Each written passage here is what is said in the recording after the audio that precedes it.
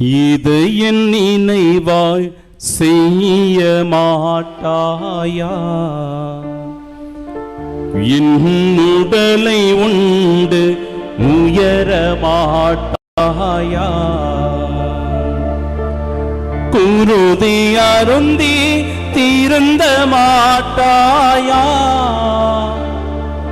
என் குருதி அருந்தி தீர்ந்த மாட்டாயா? நீ என்னை போல வாழ மாட்டாயா?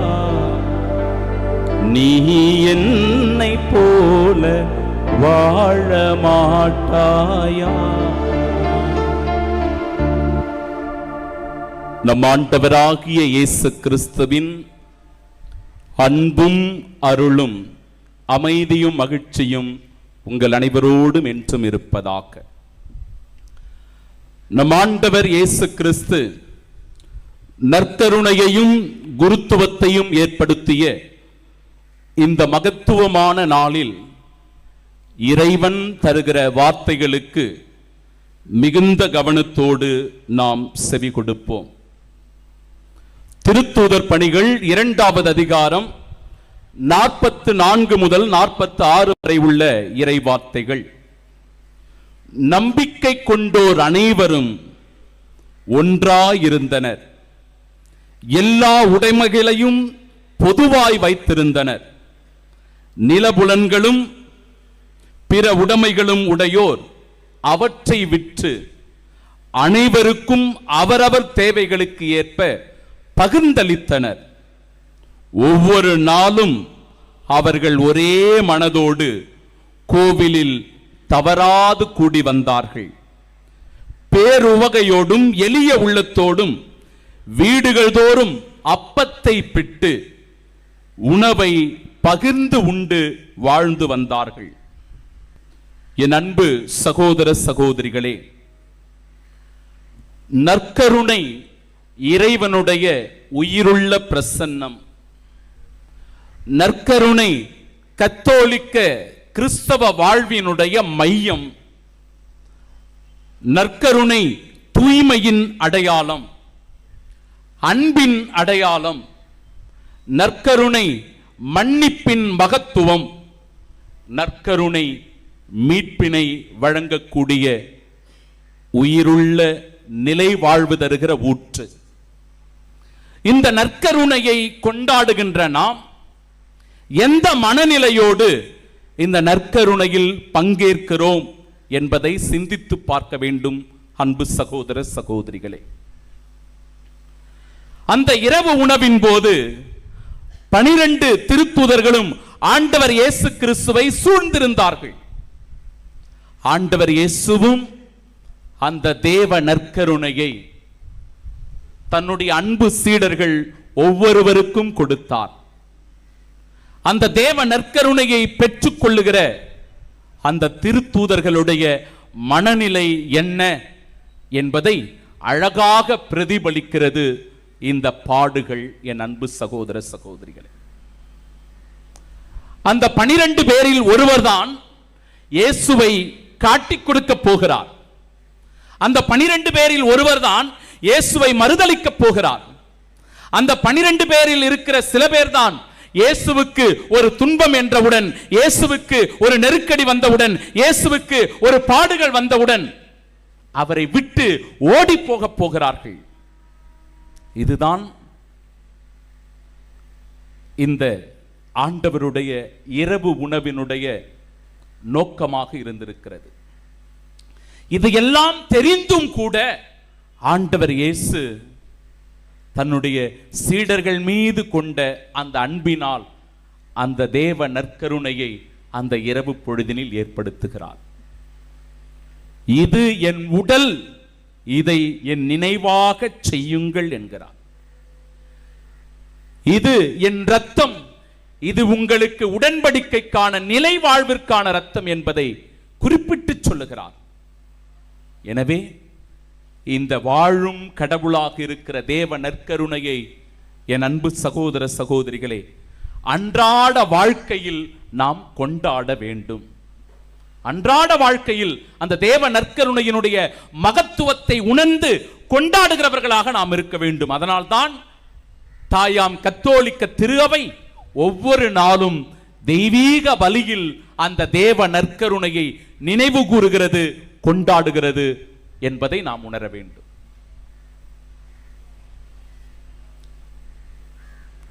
கடந்த பங்குதளத்தில் 5 ஆண்டுகள் நான் பணியாற்ற நேர்ந்தது. அந்த பங்குதளத்தில் இருந்த ஒரு முதிய பாட்டியம்மா, நான் அந்த பங்கிலே பொறுப்பேற்றவுடன் 1 மாத காலம் இருக்கும். அந்த அம்மா ரொம்ப முடியாம இருந்தாங்க. அதனால அவங்களுடைய மகள் என்னை வந்து சந்தித்து, ஃபாதர், எங்க அம்மாவுக்கு ரொம்ப வயசாயிடுச்சு, இனிமே இந்த உடம்பு தாங்காது, எப்போ இறந்து விடுவார்கள் என்று தெரியவில்லை, அதனால் அவர்களுக்கு நீங்கள் அந்த இறுதி கடனை நிறைவேற்ற வேண்டும், அவஸ்தையை கொடுங்கள், தேவ நற்கருணையை கொடுங்கள் என்று என்னை அழைத்து கொண்டு போனார். நானும் சென்று அந்த பாட்டியம்மா படுத்து கிடந்த அந்த பாட்டியம்மாவை சந்தித்து அவர்களுக்காக ஜெபித்து விட்டு அவஸ்தை கொடுத்து விட்டு தேவ நற்கருணை வழங்கினேன்.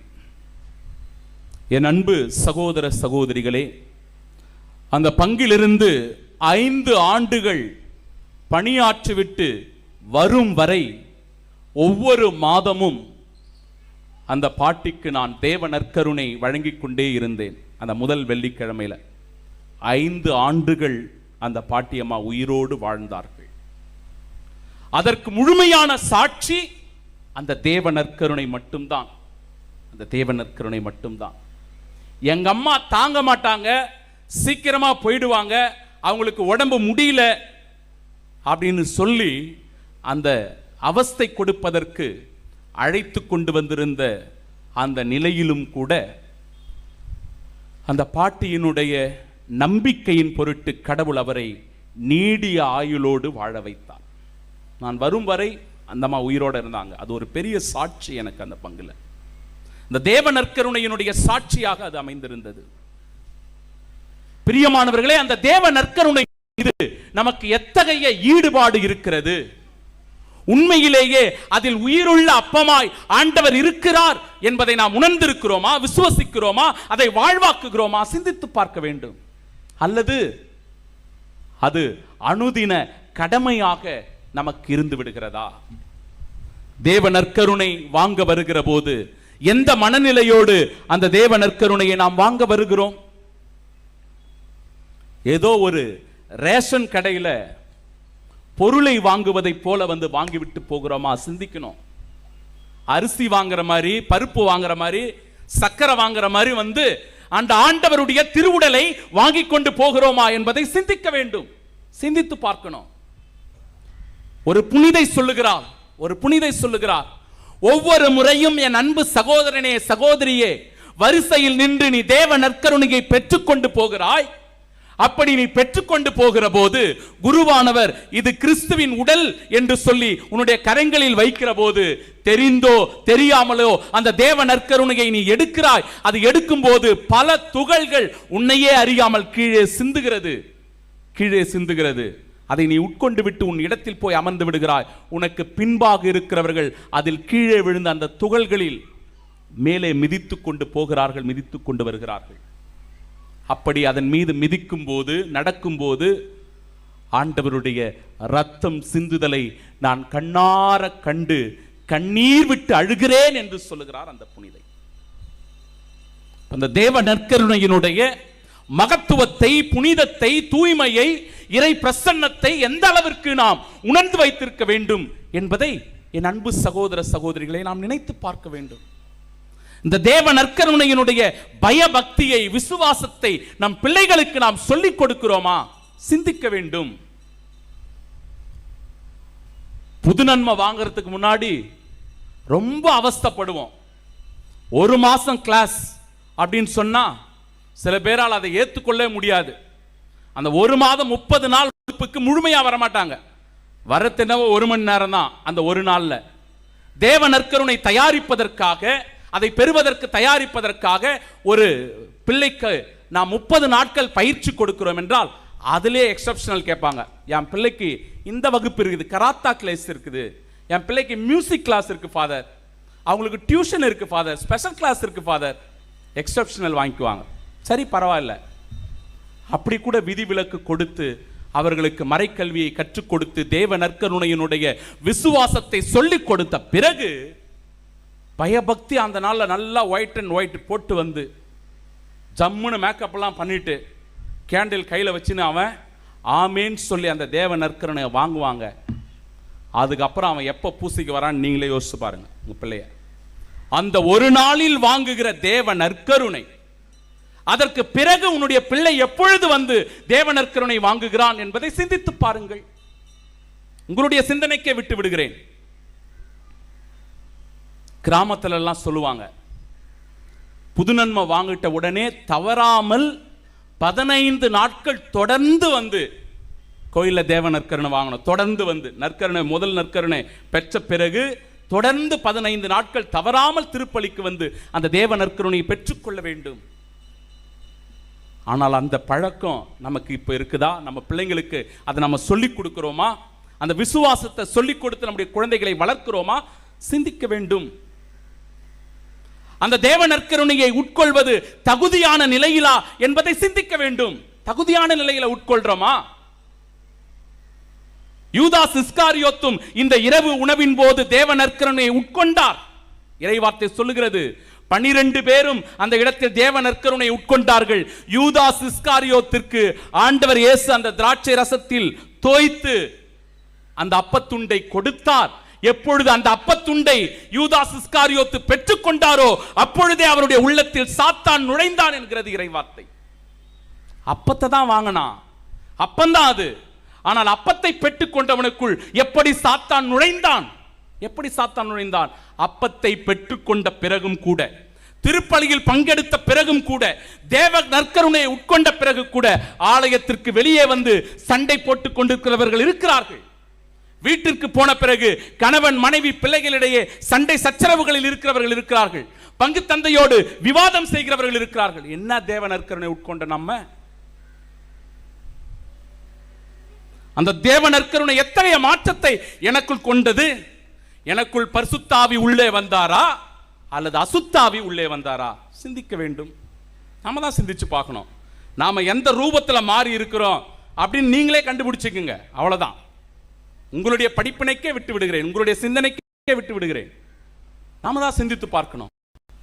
பரிசுத்த உள்ளத்தோடு, பயபக்தியோடு, இறை விசுவாசத்தோடு அந்த தேவ நற்கருணை எனக்கும் என் குடும்பத்திற்கும் வாழ்வு கொடுக்கிறதா அல்லது அது எனக்குள் சாத்தானாய் புகுந்து கொண்டிருக்கிறதா? அல்லது வெறும் ஒரு கோதுமை அப்பமாய் அது தினந்தோறும் என்னுடைய நாவிலே உட்கொள்ளப்படுகிறதா? சிந்திக்க வேண்டும் பிரியமானவர்களே. ஆண்டவர் இயேசு சொல்லுகிறார், இது என் உடல். அது கடவுளுடைய உடல், கடவுளுடைய பிரசன்னம், வாழ்வு கொடுக்கக்கூடிய பிரசன்னம், மீட்பின் அடையாளம். நம் ஒவ்வொருவருக்கும் நிலை வாழ்வை கொடுக்க போகிற உண்மை அது. அந்த உண்மையான மகத்துவத்தை கொண்டாடுகிறவர்களா இருக்கிறோமா? கிறிஸ்தவர்களுக்கு மட்டும்தான், அதுவும் கத்தோலிக்க இறை நம்பிக்கையாளர்களுக்கு மட்டும்தான் இந்த மகத்துவம் சொல்லிக் கொடுக்கப்பட்டிருக்கிறது. வேற யாருக்கும் இல்ல. சிஎஸ்ஐல இருக்கிறவங்களுக்கு அது கிடையாது. பெந்தகோஸ்து சபையில் இருக்கிற பிற பிரிவினை சபை சகோதர சகோதரிகளுக்கு இந்த தேவ நற்கருணையினுடைய புனிதம் தெரியாது. ஏனென்றால் அவர்களுக்கு அது ஒரு நினைவு கொண்டாட்டம் தான். அது இறை பிரசன்னம் இல்ல, இறை பிரசன்னம் கிடையாது. இப்போ ஒரு திருப்பலி மாதிரி நிறைவேற்றாங்கன்னா அந்த திருப்பலி முடிந்த உடனே அது சாதாரண கோதுமை அப்பம், அவர்களுக்கு சாதாரண கோதுமை அப்பம். ஆனால் உங்களுக்கும் எனக்கும் அப்படி அல்ல. அது இறைவனுடைய திருவுடல். அதனால் தான் அதை நற்கருணை பேழையில் நாம் வைக்கிறோம். அந்த நற்கருணையின் பேழையின் அருகில் எப்பொழுதும் மின்விளக்கு எரிந்து கொண்டே இருக்கிறது. காரணம், உயிருள்ள ஆண்டவர் அதில் பிரசன்னமாக இருக்கிறார் என்பதன் அடையாளம். எனவே ஒவ்வொரு முறையும் குருவானவர் இந்த பலிப்பீடத்தில் தேவ நற்கருணையை உடைக்கிறார் என்றால் அந்த தேவ நற்கருணை ஆண்டவர் இயேசு கிறிஸ்துவினுடைய உயிர்ப்பில் பங்கு பெறுவதனுடைய அடையாளமாக இருக்கிறது. அவருடைய பாடுகளிலும் மரணத்திலும் பங்கெடுத்து மீட்பில் பங்கு பெறுகிற பாக்கியத்தை கொடுக்கிறது என்பதை உணர வேண்டும். இன்றைய நாளினுடைய இரண்டாவது மிக முக்கியமான ஒரு நிகழ்வு என்றால் குருத்துவத்தை ஏற்படுத்திய நாள். இன்று குருத்துவத்தை ஏற்படுத்திய நாள். இந்த நாளில் குருத்துவத்தை பற்றி உங்கள் பங்கு சாமியாராகிய நான் பேசவில்லை என்றால் வேறு நாளில் அதை பற்றி பேசவே முடியாது. அதனால் இந்த குருத்துவத்தினுடைய முக்கியத்துவத்தை நான் உங்களுக்கு சொல்ல விரும்புகிறேன். போன வாரம் நம்முடைய பங்கில் இருக்கிற ஒரு தோழர் ஒருவர் எனக்கு ஒரு மெசேஜ் அனுப்பியிருந்தார். எனக்கு உங்கள் பங்கு சாமியாரோடு உங்களுக்கு இருக்கிற ஓர் அனுபவம் என்று அந்த மெசேஜ் போட்டு எனக்கு ஃபார்வர்ட் பண்ணியிருந்தார். அதில் ஒரு பங்கு தந்தையாக இருப்பது எப்பேற்பட்டது என்கிற ஒரு அனுபவத்தை அவர் அற்புதமாக அதில் பகிர்ந்திருந்தார். கிறிஸ்துமஸ் வருகிறது, புத்தாண்டு வருகிறது, ஈஸ்டர் தினத்தை நாம் கொண்டாடுகிறோம். அப்பொழுதெல்லாம் இந்த பண்டிகைகள் அழகழகாய் நடக்கும். எங்கு பார்த்தாலும் மின்விளக்குகள், அழகாக அலங்கரிக்கப்பட்ட பீடம், எங்கு பார்த்தாலும் பூக்கள், அழகாக மேடை, நாற்காலி வசதிகள், அற்புதமாய் அமர்ந்து இந்த திருப்பலியை காணுகிறோம். உங்களுடைய எல்லா கண்களும் இந்த பங்கு குருவை நோக்கிக் கொண்டிருக்கின்றன. இந்த நேரத்தில் உங்கள் பங்கு குருவானவர் ஒரு ஹீரோவாக நின்று உங்கள் மத்தியிலே இந்த மறைவுரையை நிகழ்த்தி கொண்டிருக்கிறார். இந்த திருவழிபாட்டை நிறைவேற்றிக் கொண்டிருக்கிறார். உங்களுக்காக ஜெபித்துக் கொண்டிருக்கிறார். அற்புதமாக நடக்கிறது. அவர் ஒரு ஹீரோவாக அற்புதமாக இருக்கிறார். திருப்பலி முடிந்து விடுகிறது. கிறிஸ்துமஸ் திருப்பலியோ, புத்தாண்டு திருப்பலியோ, ஈஸ்டர் திருப்பலியோ நிறைவு பெறுகிறது. நிறைவு பெற்றவுடனே அவங்கவுங்க வேலை முடிஞ்சிச்சுன்னு எல்லாரும் வீட்டுக்கு கிளம்பிடுவீங்க. இங்கே பார்த்தா ஒரு சேர்ஸ் எல்லாம் அப்படியே சிதறி கிடக்கும். சேர்ஸ் எல்லாமே இங்கே இடத்துல சிதறி கிடக்கும். லைட்டெல்லாம் ஆஃப் பண்ணாமல் அப்படியே கிடக்கும். பங்கு சாமியார் அப்படியே சுற்றி வருவார். யாரும் இருக்க மாட்டாங்க. உபதேசர் ஒரு மூலையில் இருப்பார். அப்படியே பார்த்துட்டே வரும். ஐயோ, இந்த லைட்லாம் அப்படியே போட்டு போயிட்டுக்கிறாங்களே, லைட்ஸ்லாம் ஆஃப் பண்ணணும். சேர்ஸ் எல்லாம் அப்படியே விட்டு போயிட்டுக்கிறாங்களே, சேர்ஸ்லாம் ஓரம் கட்டணும். நாளைக்கு புனித வெள்ளி இருக்குது, என்ன பண்ணுறது? எல்லாத்தையும் ஓரங்கட்டு, எல்லாத்தையும் முடித்து விட்டு வீட்டிற்கு செல்ல வேண்டும். ரூமுக்கு போனோம். அவ்வளவு நேரம் ஹீரோவாக இருந்தவர் ரூமுக்குள்ளே போகும்போது ஒரு ஜீரோவாக உள்ளே போகிறார். குடிப்பதற்கு, தண்ணீர் கொடுப்பதற்கு கூட யாரும் இருக்க மாட்டாங்க. உடம்பு வலிக்கும். எதுடா உண்மை அப்படின்னு யோசிக்க தோணும். எதுடா உண்மை? இவ்வளவு நேரம் கத்தி கத்தி பிரசங்கம் வைக்கும்போது எல்லாரும் பார்த்துட்டு இருந்தாங்களே, அது உண்மையா? இங்கு மின்விளக்குகள் எல்லாம் அலங்கரிக்கப்பட்ட போது அற்புதமாய் நாம் இந்த இடத்தில் பேசிக் கொண்டிருந்தோமே, அது உண்மையா? அல்லது இந்த ரூமுக்குள்ள வரும்போது குடிக்க தண்ணீர் கூட கொடுக்காமல், ஒரு காஃபி கூட குடிக்க முடியாத ஒரு நிலையில வந்து படுத்து கிடக்கிறமே, இது உண்மையா?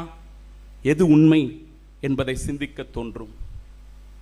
என் அன்பு சகோதர சகோதரிகளை, அதனால் அந்த சிந்தனை இவ்வாறு சொல்லுகிறது. ஜோனாத்தான் டெக்லஸ்ரா என்கிற ஒருவர் குறிப்பிட்ட அந்த வார்த்தைகளை உங்களோடு நான் பகிர்ந்து கொள்ளுகிறேன். உங்கள் பங்கு தந்தையை அன்பு செய்யுங்கள் என்று சொல்லுகிறார். உங்கள் பங்கு தந்தையை அன்பு செய்யுங்கள் என்று 10 காரணங்களை குறிப்பிட்டு சொல்லுகிறார். 1, உங்கள் பங்கு தந்தைக்காக செபியுங்கள். உங்கள் பங்கு தந்தைக்காக செபியுங்கள். ஏனென்றால் உங்களில் ஒருவர் தான் உங்கள் பங்கு தந்தை. அவருக்கும் பிரச்சனைகள் வரும், அவருக்கும் சோதனைகள் வரும், அவருக்கும் உடல்நல குறைவுகள் வரும், அவரும் தனிமையில் வாடுவார், அவருக்குள்ளும் வருத்தங்கள், வேதனைகள் இருக்கும். எனவே உங்கள் பங்கு தந்தைக்காக செபியுங்கள். இன்னும் குறிப்பாக அந்த வார்த்தைகள் சொல்லுகிறது, எதனால் உங்கள் பங்கு தந்தைக்காக நீங்கள் செபிக்க வேண்டும் என்றால், எதனால் செபிக்க வேண்டும் என்றால், உங்கள் பங்கு தந்தையை ஒரு சாத்தான் சோதித்து விட்டான் என்றால், உங்கள் பங்கு தந்தையை ஒரு சாத்தான் சோதித்து விட்டான் என்றால், பண ஆசையை காட்டியோ, பெண் ஆசையை காட்டியோ, அல்லது போதை பழக்க வழக்கங்களுக்கான ஆசையை காட்டியோ ஒரு சாத்தான் உங்கள் பங்கு தந்தையை சோதித்து விட்டான் என்றால், அந்த பங்கே அதுக்கு அடிமையாகி போயிடும்.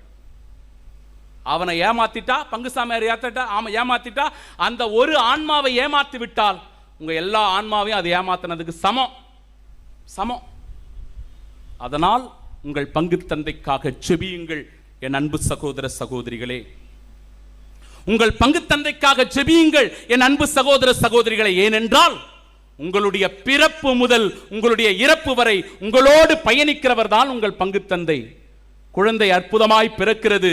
அந்த பிறந்த குழந்தையை ஆலயத்திற்கு அழகாய் கொண்டு வருகிறீர்கள். திருமுழுக்கு என்கிற அருட்சாதனத்தை கொடுத்து கடவுளுடைய குழந்தையாக அந்த குழந்தையை ஒப்புக் கொடுக்கிறார் உங்கள் பங்கு தந்தை. அந்த குழந்தை வளர்ந்த போது தேவ நற்கருணை கொடுப்பதற்காக இறை விசுவாசத்திலும் நம்பிக்கையிலும் ஒழுக்கத்திலும் அந்த பிள்ளையை மறைக்கல்வி கொடுத்து வளர்க்கிறார் உங்கள் பங்கு தந்தை. அந்த குழந்தை உறுதி பூசுதல் என்பதன் வழியாக அது உறுதி பெறுவதற்காக அதனோடு உடன் இருக்கிறார். அது இளைஞனாக இளம் பெண்ணாக இருக்கிற போது அதற்கு உரிய திறமைகளை கொடுத்து அந்த திறமைகளை தட்டி கொடுத்து நீ நன்றாக பாட வேண்டும், நன்றாக ஆட வேண்டும், நன்றாக உழைக்க வேண்டும், இந்த சமூகத்திலே ஒரு நல்ல இளைஞனாக இளம் பெண்ணாக நீ வாழ வேண்டும் என்று ஊக்கப்படுத்துகிறவராக ஒரு பங்கு தந்தை இருக்கிறார். அவன் இளைஞனாக மிடுக்கிட்டு நிற்கிற போது திருமணம் என்கிற அருட்சாதனத்தை செய்து கொடுத்து நல்ல ஒரு குடும்ப வாழ்க்கையை வாழ். நீ உன் மனைவி அன்பு செய், உன் மனைவி உன்னை அன்பு செய்யட்டும், அதன் வழியாக பிள்ளைகளை பெற்று ஆசீர்வாதமாய் வாழுங்கள் என்று உங்களை வாழ்த்துவது ஒரு பங்கு தந்தை.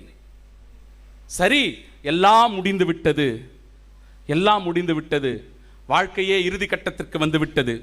எல்லோரும் இறுதி கட்டத்திற்கு வந்த பிறகு கூட நோயில் பூசுதல் என்கிற அருட்சாதனத்தின் வழியாக உங்களை வந்து திடப்படுத்துகிறார். சரி, ஒரு உயிர் பிரிந்து விட்டது. உங்களுடைய எல்லா சடங்குகளிலும் இருக்கிறாங்க. சொந்தக்காரங்க கூட வந்து ஒருவேளை வீட்டுக்கு வந்து ஒரு மாலை போட்டுட்டு போவாங்க, கல்லறைக்கு வந்து ஒரு மாலை போட்டுட்டு போவாங்க, தூரமா நின்று ஒரு ஜெபம் பண்ணிட்டு போவாங்க. உன் வீட்டுக்கு உன் கல்லறைக்கு வந்து இறுதி வரை உனக்கு அடக்கம் செய்துவிட்டு நல்ல அடக்கத்தை கொடுத்து ஆசீர்வாதத்தை செய்து கொடுத்து விட்டு வருகிறவர் தான் உங்கள் பங்கு தந்தை. என் அன்பு சகோதரர்களே சகோதரிகளே, உங்கள் பங்கு தந்தைக்காக செபியுங்கள், உங்கள் பங்கு தந்தைக்காக செபியுங்கள். அவர்களுடைய பிறந்த நாளில், அவர்களுடைய பெயர் கொண்ட நாளில், அவர்களுடைய குருத்துவ நாளில் ஒரு வாழ்த்து செய்தியை சொல்லுங்கள். உங்களுக்காக தன்னுடைய குடும்பத்தை விட்டு, தன்னுடைய தாய் தந்தையை விட்டுவிட்டு, தன்னுடைய உறவுகளை விட்டுவிட்டு, தன்னுடைய வீட்டை விட்டுவிட்டு ஏதோ ஒரு பங்கில் வந்து பணி செய்து கொண்டிருக்கிற உங்கள் பங்கு தந்தைக்கு ஒரு பிறந்த நாள் என்றால் ஒரு வாழ்த்து சொல்லுங்கள். உங்கள் குருவானவரை நேசியுங்கள், அன்பு செய்யுங்கள், உங்களால் முடிந்த நன்மைகளை செய்யுங்கள். ஒரு குருவானவருக்கு தேவையான நன்றியை ஒப்புக் கொடுங்கள். இந்த நாளில் உங்களுடைய பங்கு தந்தையர்களை நீங்கள் நினைத்து பார்க்கணும். என்ன மட்டும் இல்லை, எவ்வளோ பங்கு தந்தைகள், உங்களுக்கு திருமுழுக்கு கொடுத்த பங்கு தந்தையர்கள், உங்களுக்கு திருமணத்தை கொடுத்தவர்கள், திருமண அருட்சாதனத்தை கொடுத்தவர்கள், புதுநன்மை வழங்கியவர்கள், உறுதி பூசுதலுக்கு தயாரித்தவர்கள், உங்கள் குடும்பத்தில் ஒருவராக இருக்கிற உங்கள் பங்கு தந்தைக்காக இந்த நாளில் சிறப்பாக செபியுங்கள், சிறப்பாக செபியுங்கள். அவருடைய தனிமை சில நேரங்களில் கொடுமையானது. நான் நல்ல உதாரணங்களை உங்களுக்கு எடுத்து சொல்லுவேன். உங்கள் பங்கே அதுக்கு ஒரு நல்ல உதாரணம் தான். அதை விட வேற உதாரணம் நான் உங்களுக்கு சொல்லணும்னு அவசியம் கிடையாது. நம்முடைய பங்கிலே வாழ்ந்த ஒரு குருவானவர் மரித்து விட்டார். அந்த குருவானவர் மரித்த பிறகு எவ்வளவு நேரம் கழித்து அவர் மரித்து விட்டார் என்பதை நாம் கண்டுபிடித்தோம் என்பதை சிந்தித்து பாருங்கள் என் அன்பு சகோதர சகோதரிகளே. அதைவிட ஒரு உதாரணம் உங்களுக்கு தேவையில்லை, அதைவிட ஒரு உதாரணம் உங்களுக்கு தேவையில்லை. அதுதான் ஒரு குருவானவருடைய நிலை. இதை உணர வேண்டும், இதை உணர வேண்டும். அவர் நல்ல விஷயங்களை செய்கிறார் என்றால், பங்கினுடைய வளர்ச்சி பணிகளில் ஈடுபடுகிறார் என்றால் தட்டி கொடுங்கள், ஊக்கப்படுத்துங்கள், நன்றி சொல்லுங்கள். இதை விட அவருக்கு என்ன வேலை அப்படின்னு சொல்லிட்டு போவாதீங்க. மனசு வலிக்கும், அவருக்கும் மனசு இருக்குது. தட்டி கொடுங்கள். உங்கள் வீட்டில் ஒருவராக பாருங்கள், உங்கள் அண்ணனாக, உங்கள் தம்பியாக, உங்கள் குடும்பத்தில் ஒருவராக பாருங்கள். ஏதோ அந்நியர் ஒருத்தர் வந்திருக்கிறாரு அப்படின்னு எதிரியை போல பார்க்காதீங்க, எதிரியை போல பார்க்காதீங்க. நான் எதையெல்லாம் சொல்றேனோ அது எனக்கும் பொருந்தும். நானும் அப்படி பார்க்க வேண்டும். என்னுடைய குடும்பத்தில் ஒருவராக, என்னுடைய குடும்பத்தில் என் தாயாக, என்னுடைய தங்கையாக, என்னுடைய அண்ணனாக, என்னுடைய தம்பியாக உங்களை பார்க்க வேண்டியது என்னுடைய கடமையும் கூட, ஒரு குருவாரனுடைய கடமை. அதையும் நான் உணர்ந்திருக்க வேண்டும். நீங்களும் அதை உணர வேண்டும் அன்பு சகோதர சகோதரிகளை. குருத்துவம் அவ்வளவு புனிதமானது. ஏனென்றால் குருத்துவத்தில் குருவாக இருக்கிறவரிடத்தில் குறைகள் இருக்கலாம், குருவானவராக இருக்கிறவரிடத்தில் குறைகள் இருக்கலாம், குருத்துவத்தில் குறைகள் கிடையாது. சொல்றது புரியுதா? குருவானவராக இருக்கிறவரிடத்தில் குறைகள் இருக்கலாம், குருத்துவத்தில் குறைகள் கிடையாது. ஏனென்றால் குருத்துவம் என்பது கடவுள் தந்தது, அது கடவுளிடமிருந்து பெற்ற ஆசீர். கடவுளிடமிருந்து பெற்ற கொடை. அந்த கொடையின் வழியாகத்தான் ஒவ்வொரு பங்கும் இறை ஆசீர்வாதத்தை பெற்றுக் கொண்டிருக்கிறது என்பதை உணர வேண்டும். குருத்துவம் இல்லாமல் நற்கருணை இல்லை, நற்கருணை இல்லாமல் குருத்துவம் இல்லை. குருக்கள் இல்லை என்றால் நற்கருணை இல்லை, நற்கருணை இல்லை என்றால் குருக்கள் இல்லை. அதனால் உங்களுடைய பிள்ளைகளை இறை அழைத்தலுக்கு ஊக்கப்படுத்துங்கள். அடுத்து, ஒரு சிஸ்டராவோ ஒரு குருவானவராகவோ ஆவதற்கு உங்களால் முடிந்த உதவியை செய்யுங்கள். உங்க பிள்ளைங்க நல்ல ஒரு குருவானவராக வரட்டும், உங்களுடைய பிள்ளைகள் நல்ல ஒரு அருட்சகோதரியாக வரட்டும். இறை அழைத்தலை ஊக்கப்படுத்துங்கள். இறை அழைத்தலை நம்முடைய குடும்பங்களில் ஊக்கப்படுத்துங்க. இது மிகவும் அவசியம். இது குருத்துவத்தை பற்றி. பிறகு பாதம் கழுவும் சடங்கு. மிக மிக முக்கியமான ஒரு நிகழ்வு. இந்த நாளில் மிக மிக முக்கியமான நிகழ்வு. குருவும் ஆசிரியரும் அரசருமாகிய கிறிஸ்து தாழ்ந்து பணிந்து பணிவிடையின் அடையாளமாக தன் சீடர்களின் பாதங்களை தொடுகிறார், அதை கழுவுகிறார், முத்தமிடுகிறார். தாழ்ச்சியின் அடையாளம், எளிமையின் அடையாளம், பணிவிடையின் அடையாளம். நாம் ஒவ்வொருவரும் அப்படிதான் வாழணும் அப்படின்னு சொல்லி கடவுள் கற்றுத்தரார். அதுதான் கற்றுத்தரார். இந்த உடம்பிலேயே கால் தான் அதிகமான அழுக்கு அடையக்கூடிய ஒரு பகுதி. கால் தான் வேகமா அழுக்கு அடையும்.